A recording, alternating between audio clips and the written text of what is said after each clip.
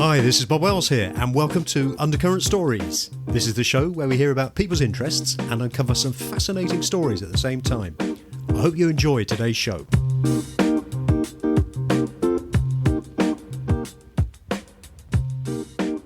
Hello and welcome to Undercurrent Stories. In today's show, I'm delighted to be joined by Stephen Bentley. Stephen took part as an undercover detective during the mid-1970s in Operation Julie. This was a UK police investigation into the production of LSD by two drug rings. After a career in the police, Stephen went on to become a barrister, and he is now a successful writer of true crime and crime fiction. Hello and welcome to the show, Stephen.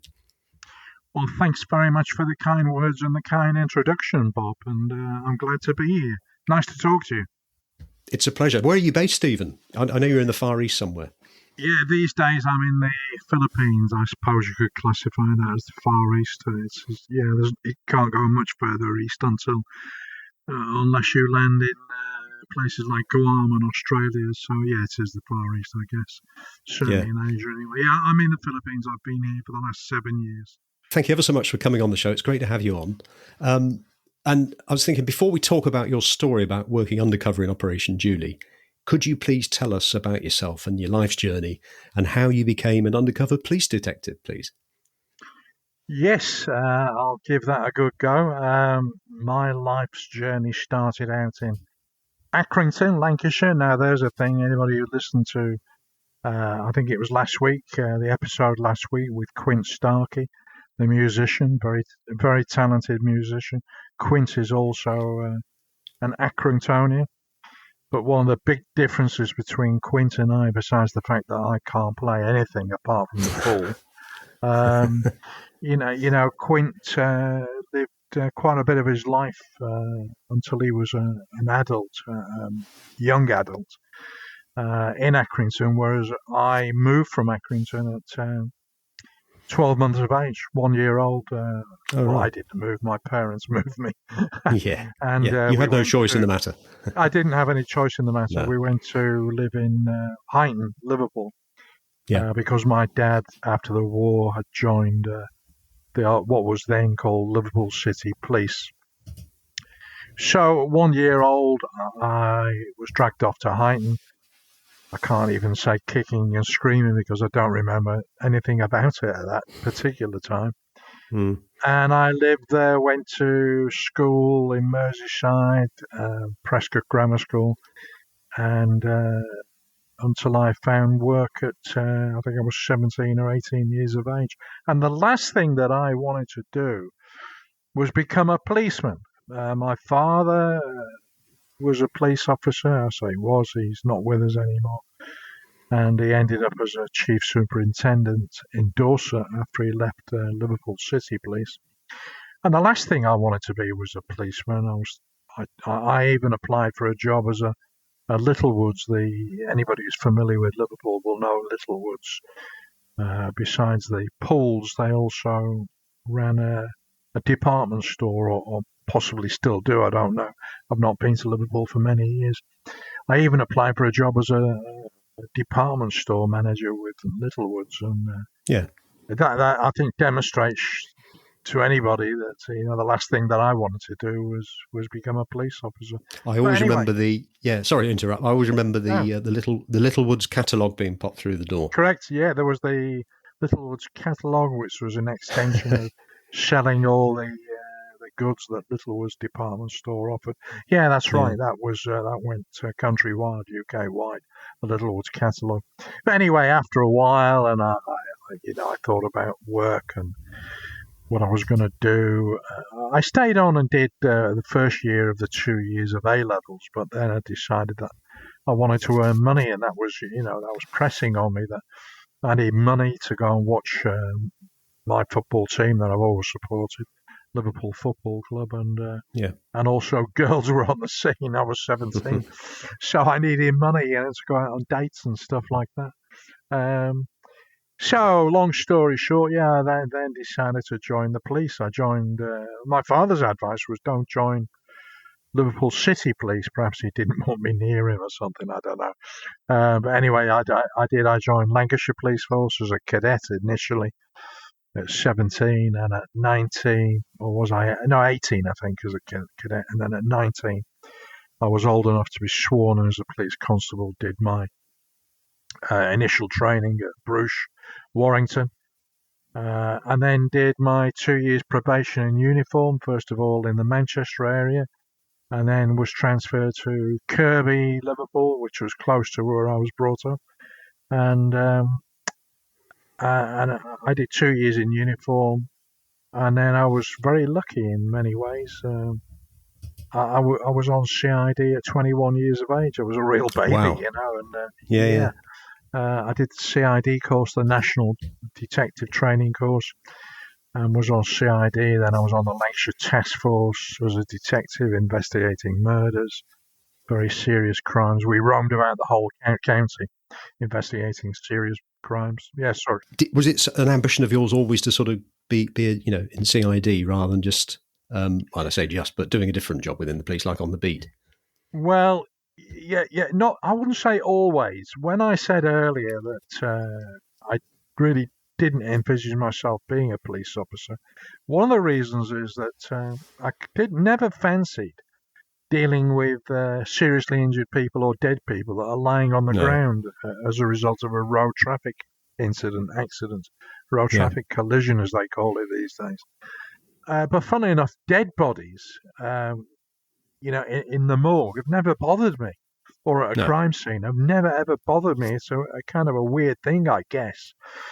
But anyway, as soon as I did the 2 years in uniform and had my feelings reinforced, because I remember going to the scene of a traffic accident one day, and a young girl in a print floral print dress, can even remember the dress that she was wearing.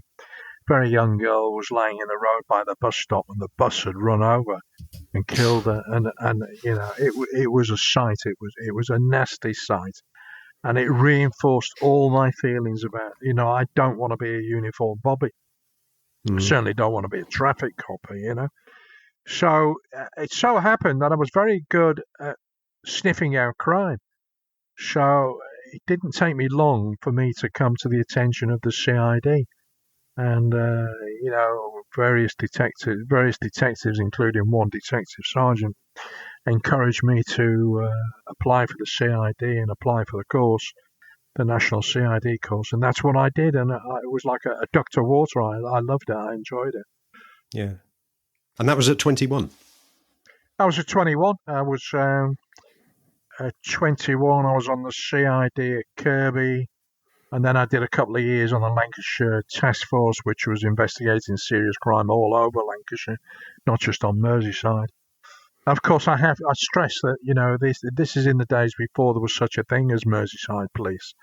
The Lancashire police covered right up to the Liverpool City police area, and covered most of Lancashire before Merseyside and Greater Manchester were ever formed. The counties of. Were ever formed. So, I worked all over Lancashire, and then after a couple of years on the task force, I ended up as back on the CID, but at Crosby, which is, North Liverpool, north of Seaforth, between Liverpool and Southport, for anybody that knows the area. A couple of years at Crosby, and then my old man transferred to Dorset, and I don't know, I guess I was feeling homesick or something. I wanted to be closer, so I transferred to Hampshire. Oh, right. And that was in 1971. Yeah. And because I transferred in from another force, even though I'd been on CID for all those years, I had to go through the whole rigmarole again of, going back into uniform. And my plan was to impress the local CID all over again and get onto CID as quickly as possible, which I did. I think I was in uniform for about a year, and then I got back into, when I say CID, it was actually plain clothes, because somebody in their wisdom at headquarters at Winchester decided I should go on the drug squad at Basingstoke. But it was that move on the drug squad to Basingstoke that led me to being co-opted, being recruited onto Operation Julie.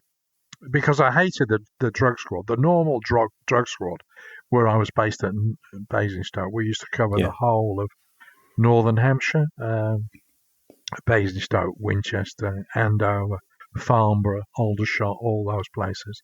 Yes. And I detested it, to be honest with you. It was like chasing people for a small amounts of cannabis and not really after the big dealers or anything like that, which is obviously that's where Operation Julie came into play. This would have been in the 1960s, would it, Steve?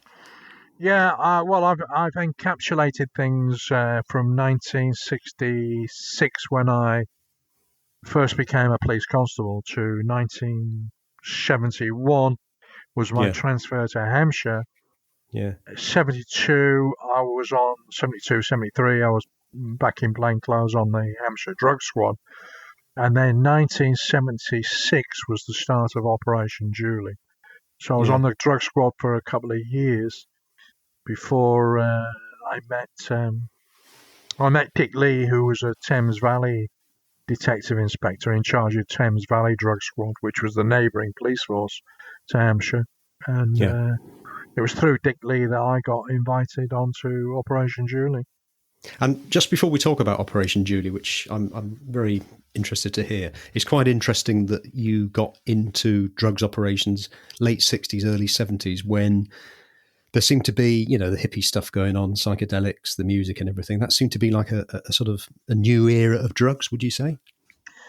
Yes, to a large degree, I think that's right. I mean, the heroin problem as we now know it and the cocaine problem hadn't really come onto the scene very much in the UK in the 60s and 70s. 70s, it was cocaine was starting to come in, especially among those that could afford it. It was obviously popular among rock bands and so on and so forth, that could afford to pay the high prices. But LSD, acid was coming through with the hippie movement and all that sort of thing. It was all things were starting to change, and the music scene reflected that as well with Bob Dylan and Jimi Hendrix and all that sort of thing. All that Marshmallow Skies with the Beatles and all that. Yeah, sort of that's stuff. right. I remember it as a kid, and I remember my parents making comments about it. It just seemed like a new era. LSD, Lucy in the Sky with Diamonds. That's it. Yeah. I won't attempt to sing it. No. Perhaps for another time, Steve. Okay, so so then you got invited to join Operation Julie. I did, after making a nuisance of myself to drug users throughout Northern Hampshire. I got a phone call one day from my boss at the drug squad in Winchester. It was from a guy called Pete Long, detective inspector. Peter Long called me up and he said, Dick Lee wants to speak to you, wants to meet up with you. What's going on? I said, I haven't got a clue. You tell me. He said, I can't tell you anything because I've been sworn to secrecy. It's some kind of big secret squirrel job and, nobody knows what's happening. And, are you going to go, if he calls you up and are you going to go for the interview? And I said, yeah, so I'm curious. So that's what happened. Peter Long called me, gave me some warning that Dick Lee was going to call me. Basically, Dick Lee called me. We didn't discuss it at all over the phone. And he said, can you come to Devizes in Wiltshire next week? One day next week. And I said, yeah, sure. So I went over to Devizes in Wiltshire to meet Dick Lee. And he spent about an hour laying out the lay of the land, telling me what it was all about. And, basically the Thames Valley area has been hosting the Reading Pop Festival for some time. And, at the Reading Festival and the other festival in the Thames Valley area, I think it was the Watchfield Festival. Yeah. A lot of LSD tablets had been seized and were turning up on a frequent basis. And it was Dick Lee's theory, he was absolutely convinced that there was a laboratory in Britain that was manufacturing the LSD. Well, that was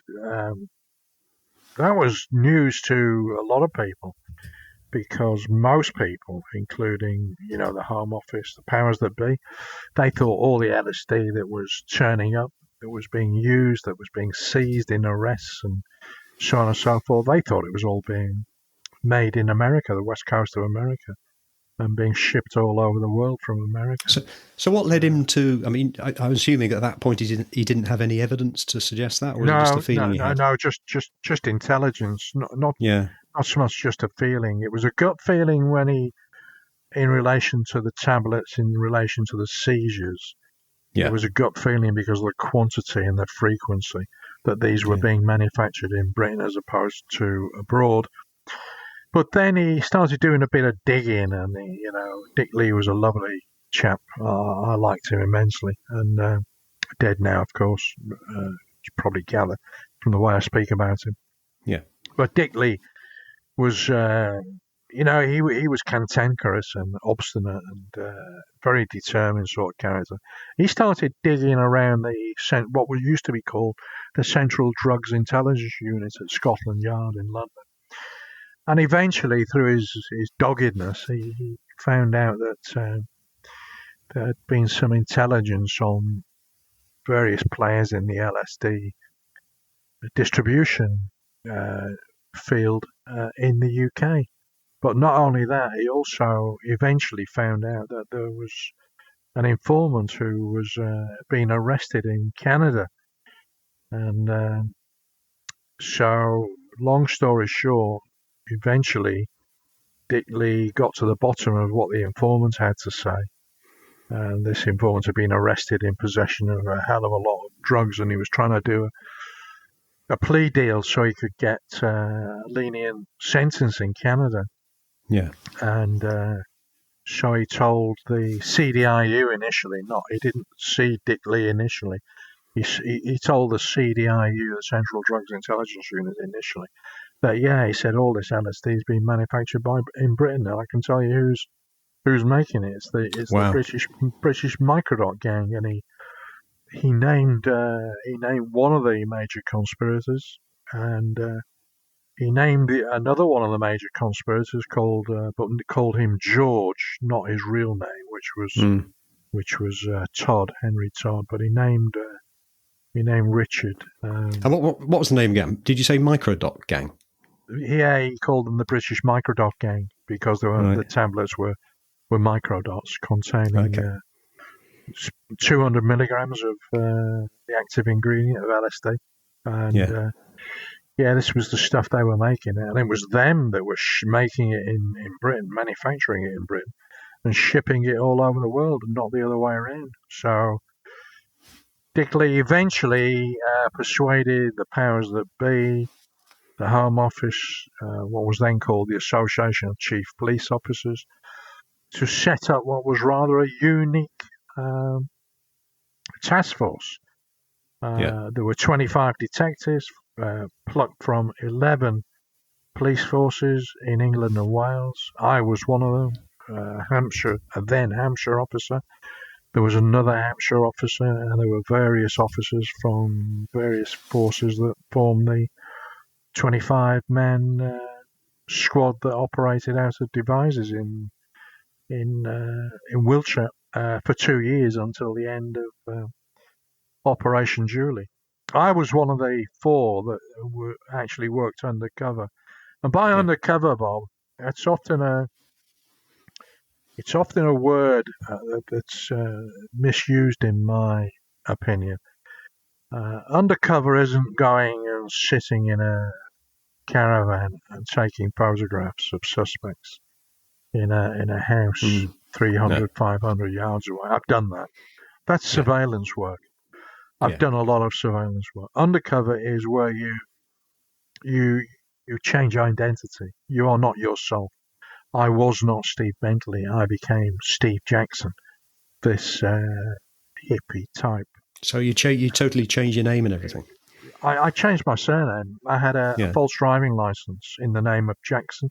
I kept Steve, but I was called Steve Jackson, and my undercover buddy Eric Wright became Eric Walker, and we had false driving licenses in those names, and we had false criminal records in those names as well, and false passports. So if anybody found our documentation, then it would bear out who we said we were.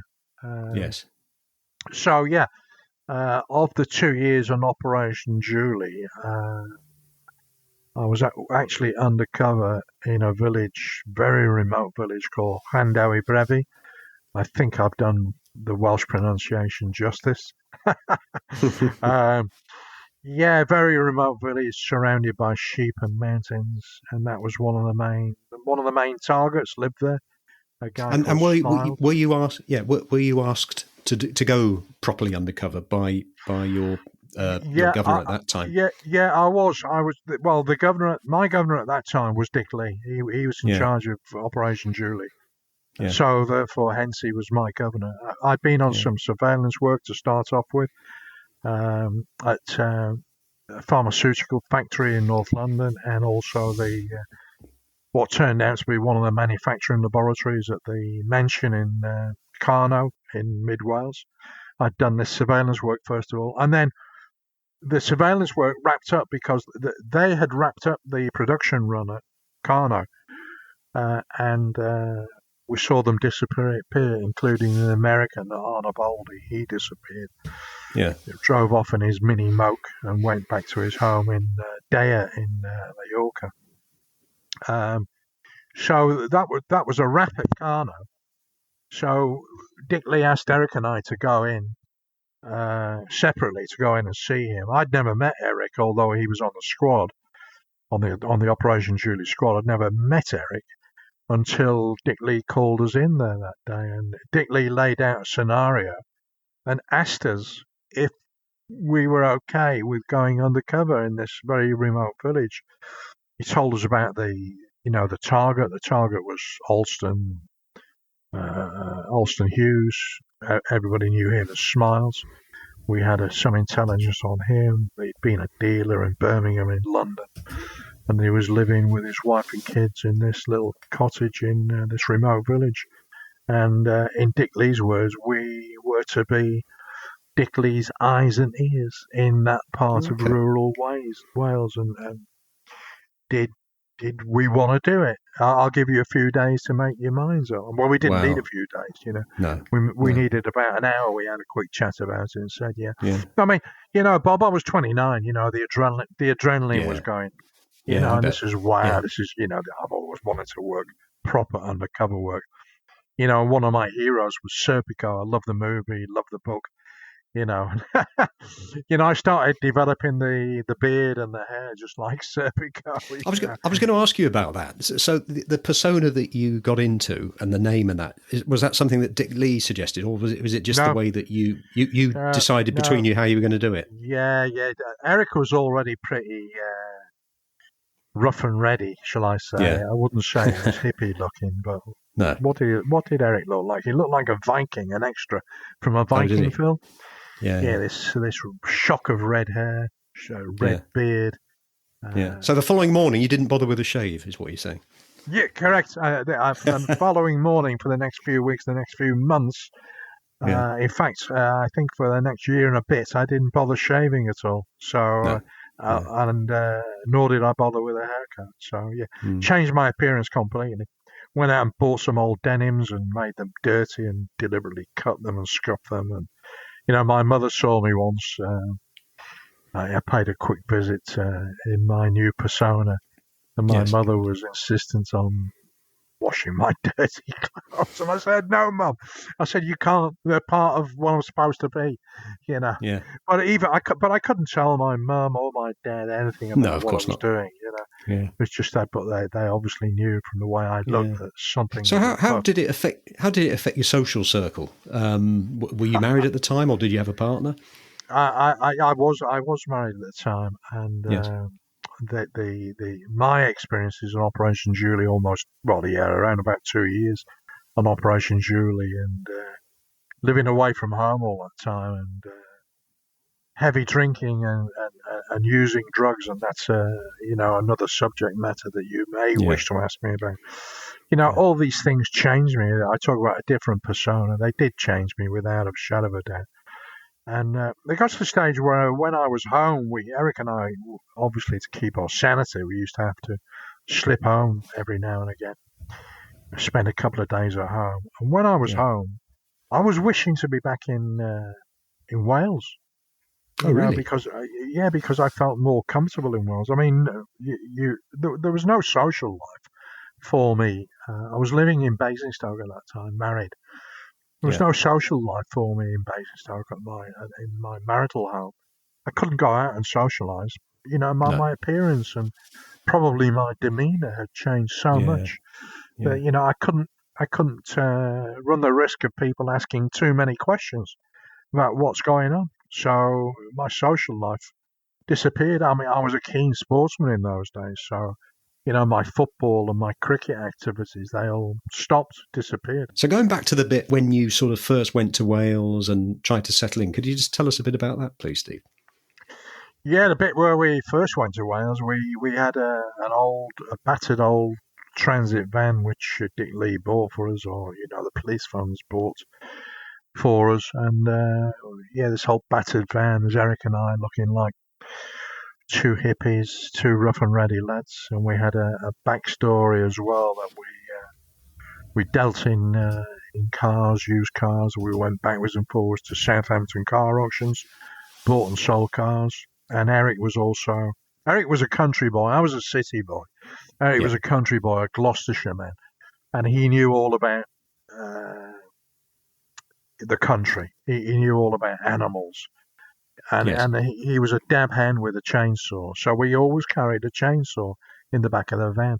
So, and that earned us a few bob, but it also was an excuse to get around and meet people. We did a few furniture removals using the van, so the van came in very handy. But yeah, I mean, like anything else, if you move to a new neighbourhood and you want a plumber, where'd you go? You go to the pub, don't you? So, if we want to meet a drug dealer, we went to the pub. So we went to the local pub in Llandough Brevi. And the drug dealer wasn't there the first night, but we got speaking to the landlady. And part of our backstory and cover story was that Eric's brother had disappeared. He'd been in a minor scrape with the police. He'd disappeared and was believed to be living in some hippie commune in that area. So that was part of our backstory. You were trying to locate him? We were trying to locate him, yeah. So anyway, we got talking to the landlady and kind of laid down our cover story. But then the very next night, we went to the same pub again, and there were only two people in there. And there was a long-haired, black-haired guy, long hair, sat on a stool, and next to him was another guy sat on a stool. And as soon as the black-haired guy turned around and spoke, I knew that was Smiles, because he was called Smiles because of these teeth, the dazzling smile. Yeah. And as soon as I saw the teeth, I knew. And I'd also seen photographs of it. I knew this was him, and it was him. And the other guy turned out to be his big mate, a guy called Buzz. Sadly, passed away now. So Smiles and Buzz were there in the pub. I think they were looking after the pub for a night or 2 nights because the landlord and the landlady had gone away for it. So he was trusted to look after the pub. He lived across the road. Oh, okay. Yeah. So we ran out our backstories. We ran out the whole story again to Smiles and Buzz, and there was my distinct memory is that we didn't have a problem. Smiles is making other claims that he knew we were undercover cops immediately, which I've always found to be a total load of BS. And there are a number of reasons for that, because the longer we were there, the closer we became to him. I mean, Eric even babysat for him, for Smiles and Smiles' wife, one night in the cottage that they were living in. Did the babysitting while Smiles and I and another local guy and Smiles' wife, we went off and had this meal in Lampeter, a Chinese restaurant, I think it was. Anyway, a restaurant in Lampeter. Yeah, so that's where we first met him. So our time, and this was 1976. This was June '76. Pretty hot. '76 was one of the hottest summers on record in the UK, and it was very hot. And we found a place to sleep in the van by a stream up in the mountains. That kept us reasonably cool, and we could wash in the mornings in the stream. Yeah. And we had a little primer stove, so we cook up in the back of the van and cook ourselves a breakfast. And then we take a drive higher up into the mountains, and we go skinny dipping in the where the stream came down from the mountains. It actually got, there was actually a rock pool much higher up in the mountains.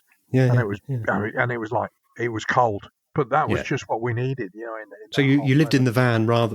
The story was you lived in the van rather than sort of renting a house or something. Yeah. Well, we did initially rented the van until much later in the year, when the weather turned, and that's when we persuaded Dick Leith that we needed some money to rent a place, and we did. We rented a cottage in the same street as Smiles. Yeah. When you sort of, I suppose, want for a better term, befriended Smiles, how long did it take before the subject of drugs came up?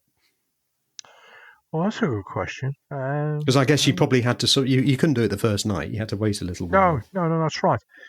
I would say, let me think about the period of time that was involved. I would say, after that night when we first met him, he disappeared. We'd heard he'd gone off to Europe on some trip or other, which I believe was correct. And so it's probably about 4 or 5 weeks later we saw Smiles again in the pub, and we got invited around to his home for the first time, and we ended up playing cards with him and a few of his friends, and so on and so forth. And that's where the drugs came out, the cannabis came out, and it was a bong, a pipe, and it's the first time I'd ever smoked from a pipe, and the hit from the pipe did me in. I was hallucinating, and it was quite a scary experience actually.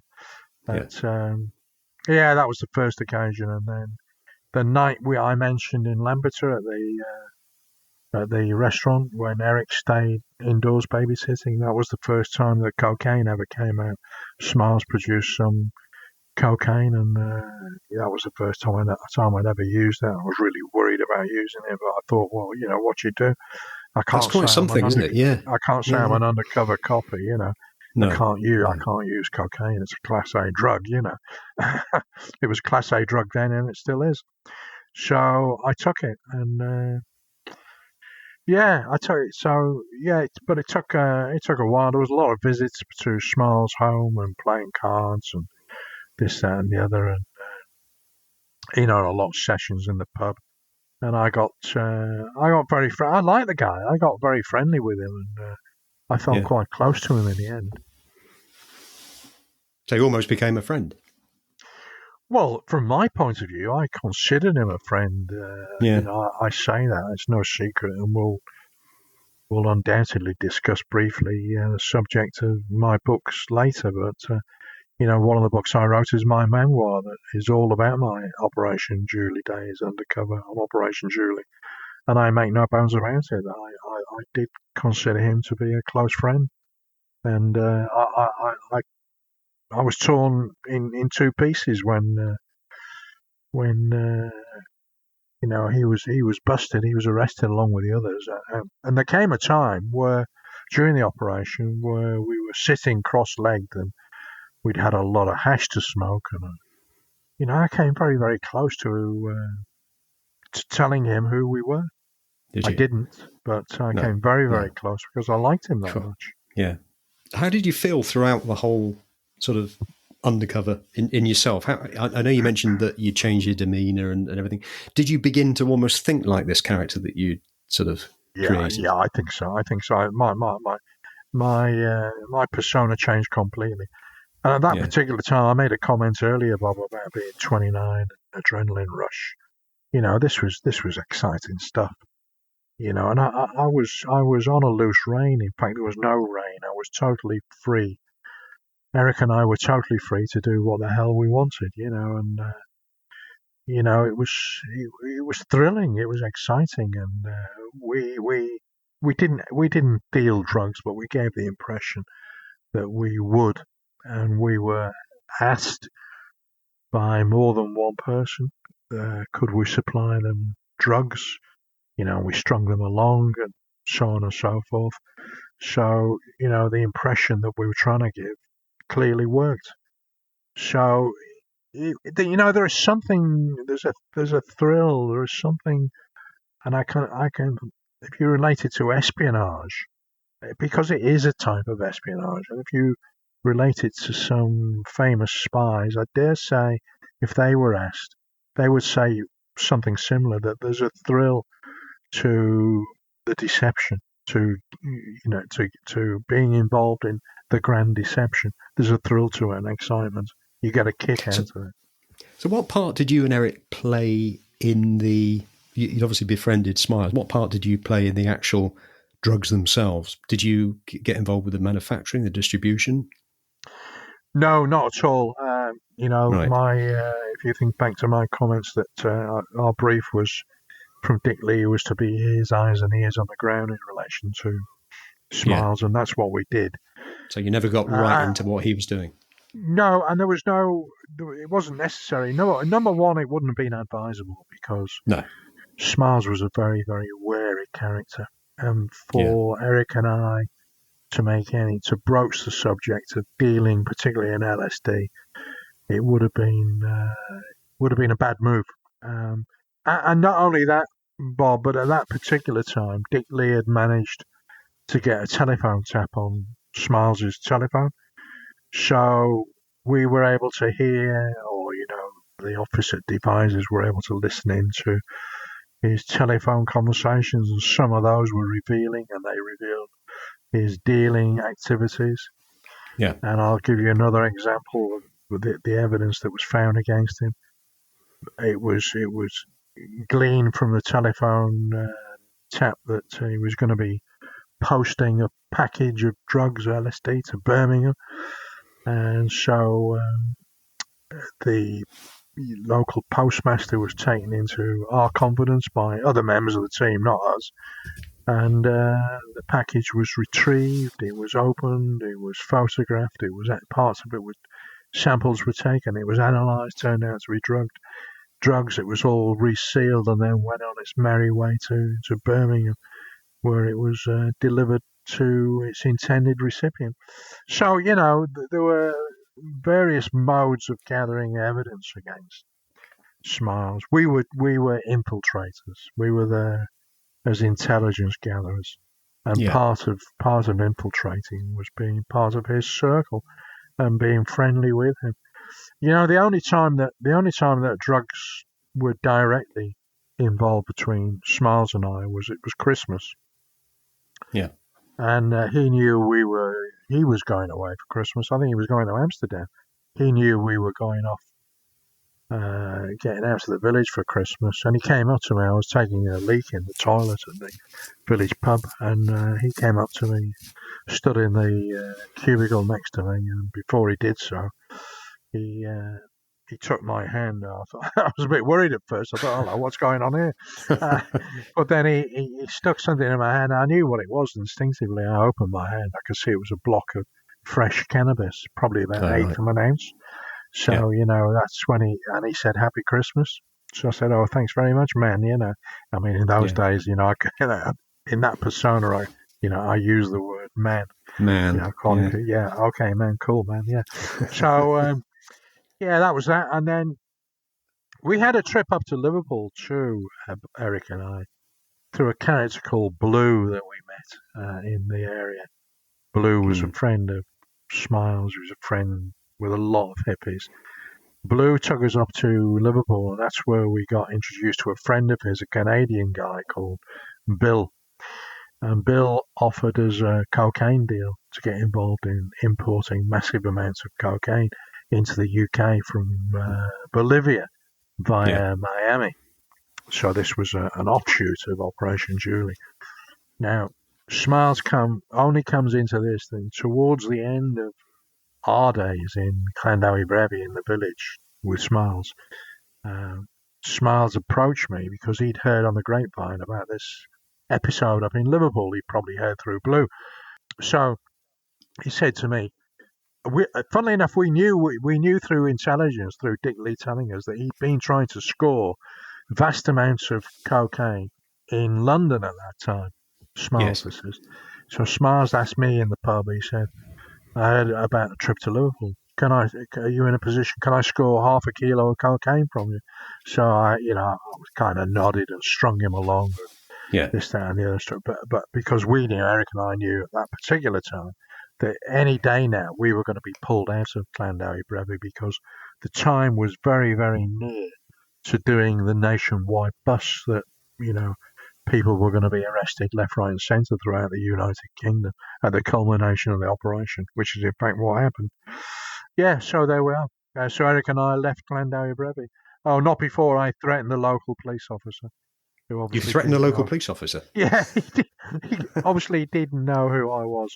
No. And I earned the nickname from Smiles of Cop Killer after that night. Really? I threatened the local uniformed police officer in a place called Tregaron. It's close to Llandough Brevi. Tregaron is a market town. As you probably are aware, there are many market towns in England and Wales that allow drinking all day long. I'm talking about in the days of the old drinking laws. And the lock-ins. Yeah, when pubs used to shut in the morning, open in the afternoon, open in the evening. But in a market town, the pubs could stay open all day long. So we'd been drinking in Tregaron, a market town, all day long, and then all evening. And so by the time that the police constable in his uniform tried to get us to leave the pub, I wasn't in the mood for it. I wanted to carry on drinking. So I basically told him to stick his truncheon where the sun doesn't shine and offered him a lot of vile abuse. Vile language, bad language. And then we left the pub, Smiles, Eric and myself and another guy I called Happy. And all this is in the book. And we all ran to Happy's house. And we hid. The PC, the police constable, chased after us and was waiting for us, but we hid until he left. And that's when Smiles, when we thought the coast was clear, we flicked the lights back on. Smiles pointed at me, laughed, and he said, "Cop Killer." And that was my nickname from then on. That's an interesting incident. Was that driven partly by you sort of defending your persona, your new persona as well? Partly through playing up to my new persona, acting the part, and also the fact that I was extremely drunk. Yeah. We won't say any more about that. So tell us about how it all finished then for you in terms of, you were dragged out and what happened? Yeah. We basically, I think it was a briefing at Devises. Dick Lee told us to, put a story around to allow us to disappear without questions being asked. So that's what we did. Yeah. I forget what the story was that we used now, but it doesn't matter anyway. But anyway, we did. So we're now in March 1978. The second laboratory has been identified in Greater London. Yeah. In Hampton Wick. So before the bus, I did about 4 weeks surveillance with others on the Hampton Wick. It was a big detached house in Hampton Wick, and that was where Henry Todd was manufacturing his acid. Richard, oh my goodness, how silly, I can't think of his surname. His name's in the book. Yeah. But Richard, the other LSD manufacturer, his last manufacturing run was in Carno, where we'd been actually watching him, but we decided to let him run. But we went into that place in Carno after he vacated and found samples that confirmed that LSD had actually been manufactured there. So we knew there were two manufacturing facilities. And between those two manufacturing facilities and the network, the distribution network, and the distribution network was massive. It was to the States, it was to Europe, all over England and Wales, to Israel, to Holland, to France. It was literally the product. This LSD was being shipped all over the world, and there were some very shady characters involved in it. One of the myths about LSD and Operation Julie, that they were a bunch of hapless, innocent hippies, doctors and research chemists, and some were doctors, some were research chemists, some were hapless hippies. But there were many, particularly Americans, like Arnaboldi, like Solomon. They were sinister. They were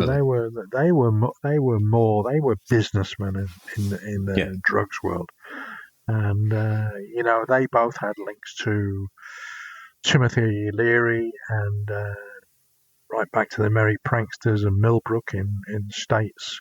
Anybody who knows the history of LSD knows what I'm talking about. These are very violent people. Yeah, well, it's funny you should say violent.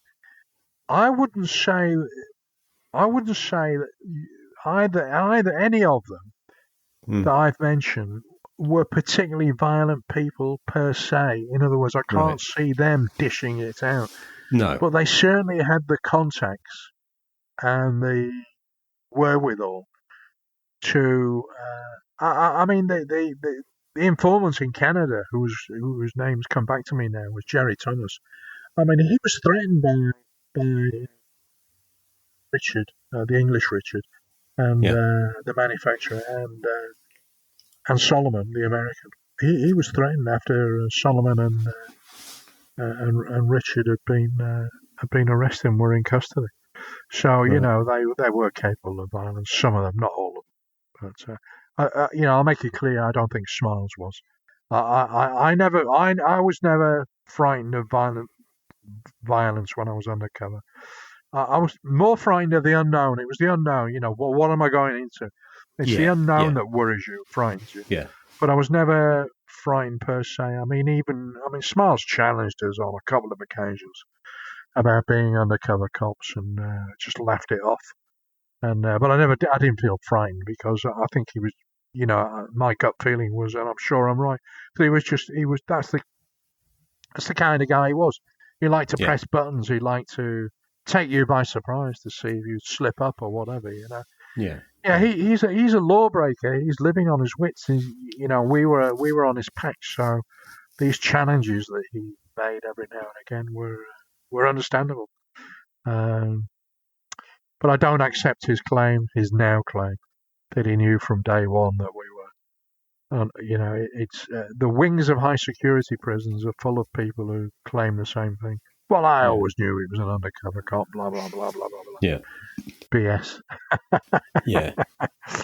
When did you first hear that Smiles had been arrested? Eric and I were in on the raid on the house in Hampton Wick, the manufacturing facility, the house in London. Yeah. And we drove back to Swindon, because Devizes wasn't being used to lock people up. Swindon police station was being used now. So we drove all the way to Swindon and deposited we were all assigned somebody to arrest, and in police parlance they're called a prisoner. So we deposited our prisoners after booking them in at Swindon police station, and it's probably the day after that I cut myself. I went to Princess Margaret's Hospital. That's right. Yeah, I cut myself. So I spent a couple of hours in A&E talking to pretty nurses, having my finger stitched, and so it was the day after when I first learnt that Smiles was in custody at Swindon, and that's when I spoke to Dick Lee, because I had this thing in my head that I desperately wanted to see Smiles. You felt you owed it to him to yeah, sort of tell him? I really wanted to have a quick word with him. I was worried. I was a bit frightened how he'd react. Yeah, but I wanted to get this out of my system to go and see him. And that's what I did. I went to see him. You went to see him? I cleaned up a little bit. I still had the full beard and hair was shoulder length. I look more like a South American drug dealer now than a hippie. Yeah. And Schmaz looked at me for a second or two, thinking, what the hell is this cocaine dealer doing in my cell? It's nothing to do with acid and Operation Julie. And then the penny dropped, and we hugged, and I teared up. Yeah, I teared up, and I said to him, "No hard feelings, man." And he said something like, "Well, it's all part of the game. It's all in the game." Something like that, and that was it. Turned on my heels and left him. And the next time I saw him was when he was sentenced. I saw him at Bristol Crown Court. When was that? The year after, 1978. The arrests were in 77. The sentencing was in 78. So I saw him in 78 and at Bristol Crown Court when he was sentenced to 8 years. And the main players got 13 years. Yeah, so that was the end of Operation Julie for me. So what happened after that? Sorry. Well, sorry, Bob. That was I anticipated the question. What happened? Oh, right. You know what I was going to ask. I had a feeling. Basically what happened was that I went back to my home force, Hampshire, and somebody in their wisdom decided that I was to go to divisional CID, which would, in the normal run of things, would have been fine, but it was at a place called Chadley near Aldermaston, the atomic weapons research establishment. Now, Chadley has got lots of cows and fields surrounding a few small housing estates, and it was for a detective of my experience, and I'm not talking just Operation Julie, I'm talking about it prior to that, was just absolutely boring, utterly boring. And I got to a stage with thinking about the job as a whole. Do I want to carry on doing it? And my marriage broke down. I met another lady and I went to live with her, and I got so much hassle from the police force in those days, because in those days, would you believe it, that I went living with another woman who was a married woman, and technically I was still a married man because we hadn't got divorces yet. And the police force in those days said, "Oh, you can't live with her." And I'd got a promotion to detective sergeant by this time, but they said, we're going to move you from Farnborough, Hampshire. I was a detective sergeant at Farnborough. We're going to move you to Southampton in uniform as a uniform sergeant.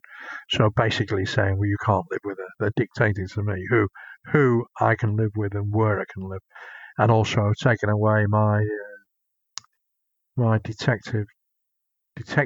Is that a word? Yeah, it could be. Yeah, I've just made it up. So that was the final straw, Bob. I'd had enough. I'd done 14 years in the police force. Yeah, that was it. I quit. One question I've got, and I'm sure listeners would be very interested, is you've lived this life for almost 2 years as a different character, different persona. Yeah. You're now going back to Stephen Bentley. What was the transition like? How had you changed? Transition was very, very difficult. I think a lot of Steve Jackson stayed with me for many, many years. I became a little bit irresponsible and very impulsive, and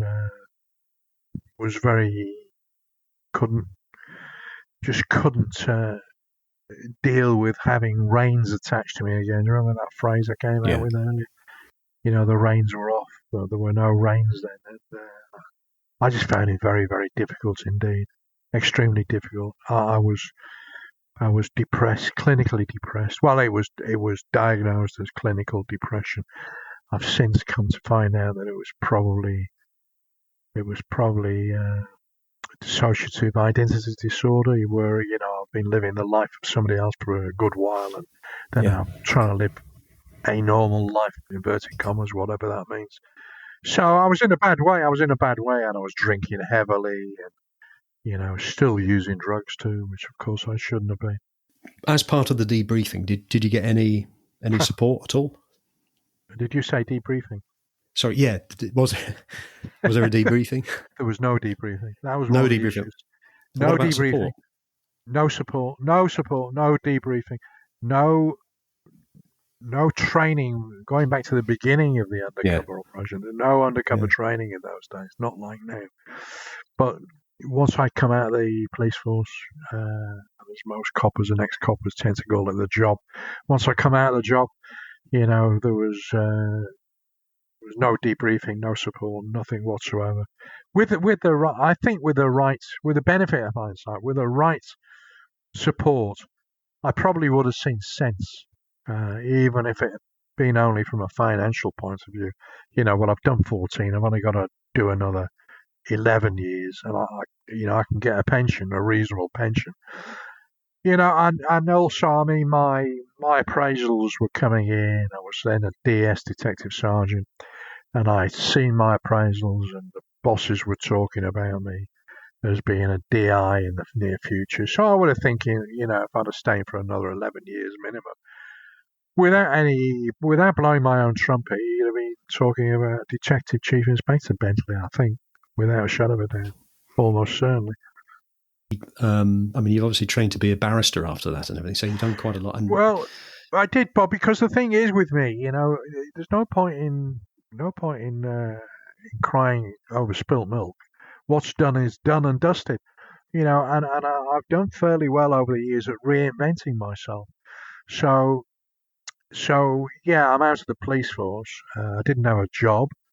The first job interview I went for, I had to walk from Farnborough to Aldershot, which is about, 4 miles. I didn't get the job, so I had to walk back again.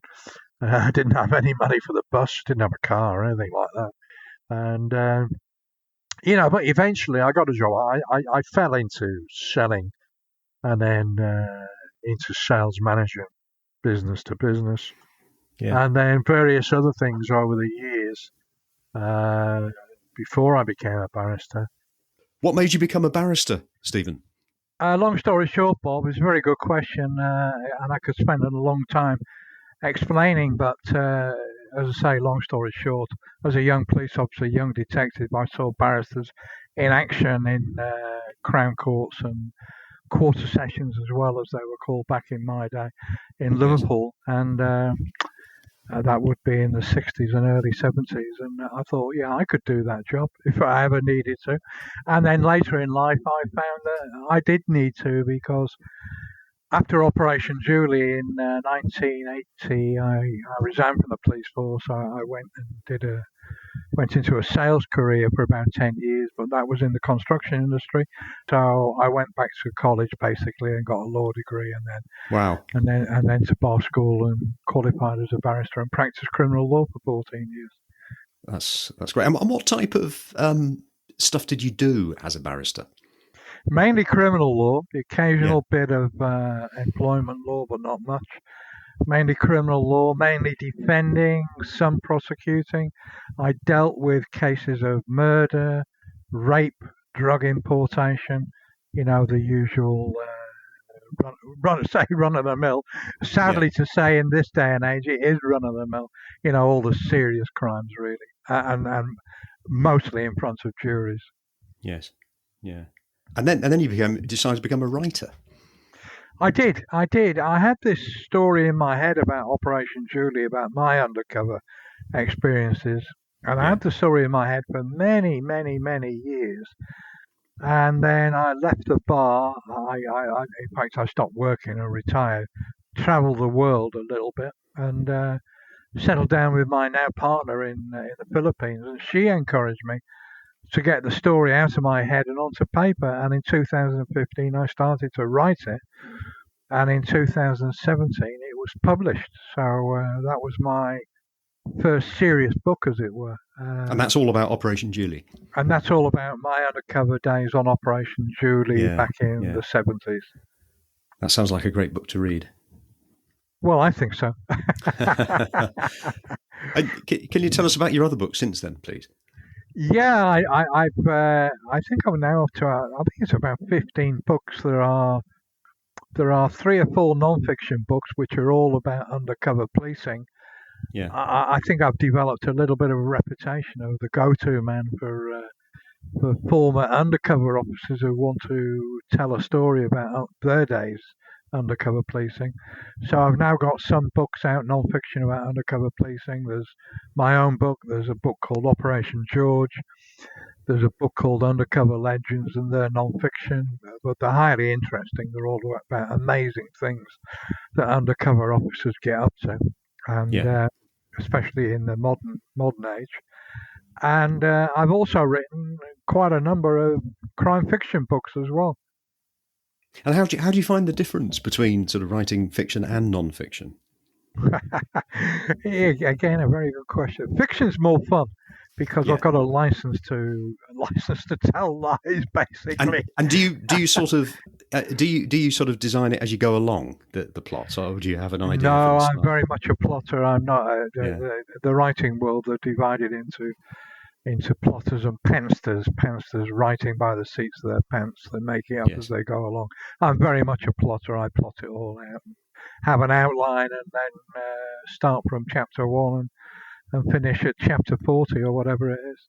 And do you find the actual sort of writing out the plot, do you find that quite difficult?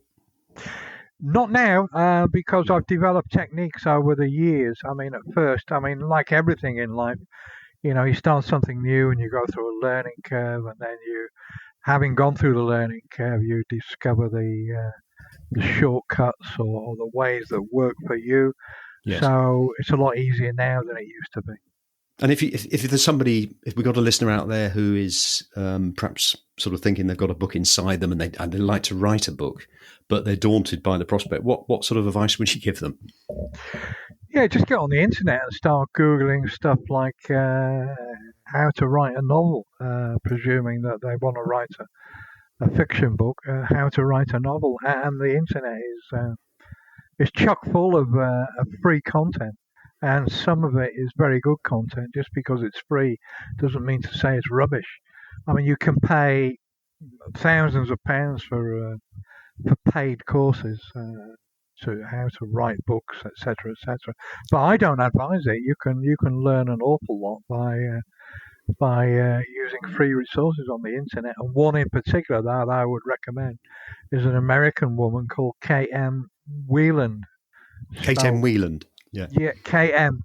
KM, sorry. K for Katie. Yeah. M for whatever, I'm not sure. But Weiland, and it's spelled Weiland. Yeah. And she is very, very good. Okay, well, we'll put a link to her on the show notes. Very good. And what other projects do you have coming up, Steve? Right at this moment, I'm writing my very first cozy mystery. A lot of my crime fiction has been pretty hard-boiled. Plenty of action and thunder and blood and guns and murders and some quite steamy sex scenes. But this is my first attempt at writing cozy mystery. And it's set in Liverpool, a city that I grew up in. And it's set in the 1920s. And the provisional working title is The Docker's Umbrella. And anybody who knows Liverpool intimately will know what the Docker's Umbrella was. And for those that don't know, it was the electrified overhead railway that joined up the docks in the south of Liverpool to the docks up almost in Seaforth to the north of Liverpool at one time, but it was all demolished in the mid-1950s. But I was lucky enough to have a ride on it. My father took me on it when I was probably aged about 5, and I distinctly remember it. And it's kind of inspired me to write this cozy mystery set in Liverpool in the 1920s. Oh, that's really interesting. Yeah, look out for it. It should be published later this year, so please look out for it. Yeah, look out for that. And if people would like to find out a bit more about your work, Stephen, where should they go? Well, they can either look me up on Amazon, and Stephen is spelt with a PH, and Bentley is spelled like a motor car. Or they can look me up on my website, which is www.Stephen, again PH, Bentley, all one word, Stephen Bentley, BENTLEY.info. So either of those two places will thanks very much. Find out lots about me. Stephen, this has been a really interesting conversation. Okay, great. Thank you again for coming on to the show. My pleasure, Bob. Thanks for having me. Thanks a lot. Bye-bye. Okay, cheers. Cheers.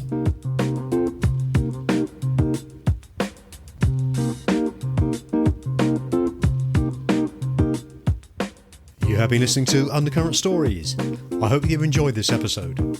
Please feel free to share the show link to your friends and family, and if you have 60 seconds, I will be most grateful if you would please rate and review. To hear more episodes, please subscribe to the show and visit undercurrentstories.com.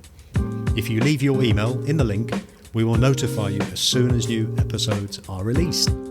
Also, check out our social media links, details of which can be found on the show notes. Until next time, this is Bob Wells wishing you all the very best.